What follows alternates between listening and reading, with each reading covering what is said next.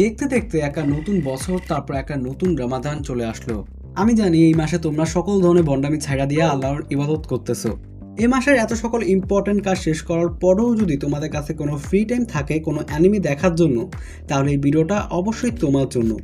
আজকে আমি তোমাদের সাথে এমন কিছু অ্যানিমে নিয়ে কথা বলবো যা তোমাদের এই রমাদান মাসেই দেখা শুরু করা উচিত। আমরা সচরাচর যেই অ্যানিমেগুলো দেখি তার থেকে এই অ্যানিমেগুলো একটু অন্যরকম ভাইবের।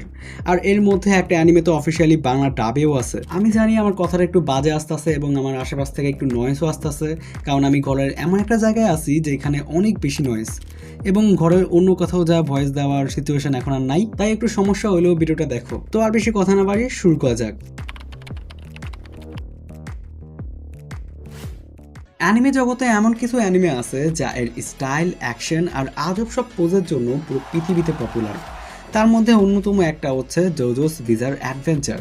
তোমরা যারা প্রায় বিভিন্ন অ্যানিমে মিমস দেখো তারা এই অ্যানিমেকে না চিনলেও এর মিমসগুলো একবার হলো ইন্টারনেটে দেখছো। 2012 সালে রিলিজ হওয়া এই অ্যানিমের মধ্যে এক অন্যরকম কাহিনী দেখানো হয়। এই অ্যানিমেতে জোস্টার নামক একটা বংশের কয়েক প্রজন্মের গল্প দেখানো হয়। অ্যানিমের নাম শুনে কি মনে হয় যে জোজো একজন ব্যক্তির নাম? কিন্তু না, এইটাই মূলত এই অ্যানিমের মূল ইউনিক বিষয়। এই অ্যানিমেতে জোস্টার ফ্যামিলির 3 প্রজন্মের ব্যক্তির গল্প দেখানো হয়, যেখানে প্রত্যেকটা ব্যক্তির নামের প্রথম এবং শেষ অংশ মিলে জোজো হয়। অর্থাৎ সহজভাবে বললে অ্যানিমের প্রতিটি পার্টে সময় বদলে যায় এবং গল্পের প্রধান নায়ক হয় ওই জোস্টার পরিবারের পরবর্তী প্রজন্মের অন্য কেউ, যার নামের প্রথম এবং শেষ অংশে কিছুটা মিলে হয় জোজো। তো আমি চাইলে অ্যানিমের স্টোরি নিয়ে এখানে আরও খোলামেলাভাবে আরও বিস্তারিতভাবে কথা বলতে পারতাম, কিন্তু আমার অ্যানিমে রিভিউ করার স্টাইলই এটা যে আমি অ্যানিমে এমনভাবে রিভিউ করব যাতে অত বেশি স্পয়লার না হয় এবং তোমরা অ্যানিমে সম্পর্কেও ভালো একটা ধারণা পাও। তুমি কি জানো ইসলামিক ইতিহাসের ওপর ভিত্তি করে তৈরি করা একটি অসাধারণ মুভি আছে? জাপান এবং সৌদি আরব যৌথভাবে 2021 সালে এই মাস্টারপিস মুভিটা তৈরি করে, যার নাম দ্য জার্নি। এর গল্পটি মূলত ষষ্ঠ শতাব্দীর ইয়ার অফ দ্য এলিফ্যান্টের ঘটনা থেকে নেওয়া হয়েছে, যেখানে মেইন ক্যারেক্টার হলো মাউস, যে হচ্ছে একজন সাধারণ কুমোর, কিন্তু পরিস্থিতির কারণে সে শহর রক্ষার জন্য যুদ্ধে নামে। এর মূল গল্প একটি ঐতিহাসিক সত্য ঘটনা থেকে নেওয়া হয়েছে এবং আমি আগেই বলছি এটা কোনো সিরিজ না, এটা একটা মুভি। এবং দ্য জার্নি কিন্তু ইউটিউবে বাংলায় অ্যাভেলেবেল আছে।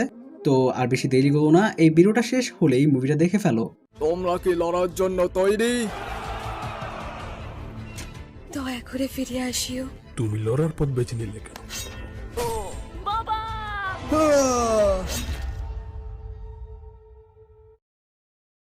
তোমরা কি গেম অফ থ্রোনস বা ভাইকিংসের মতো রাজকীয় ব্যাটেল এবং পলিটিক্যাল টাইপের স্টোরি সিরিজ দেখতে পছন্দ করো? তাহলে আমি এখন যেই অ্যানিমেটার নাম তোমাদের বলবো সেটা তোমাদের অবশ্যই দেখা উচিত। The heroic legend of Arslan. Anime গল্পটি হলো রাজকুমার আর্সলানকে নিয়ে। এক বিশাল যুদ্ধের ষড়যন্ত্রে তার রাজ্য পার্স শত্রুদের দখলে চলে যায়। এরপর সে অল্প কিছু বিশ্বস্ত সঙ্গী নিয়ে নিজের রাজ্য ফিরে পাওয়ার মিশনে নামে। আর এখান থেকেই এই অ্যানিমের মূল গল্প শুরু হয়। 2015 সালে রিলিজ হওয়া এই অ্যানিমেতে তোমরা যুদ্ধ, কৌশল, রাজনীতি সব দেখতে পাবা।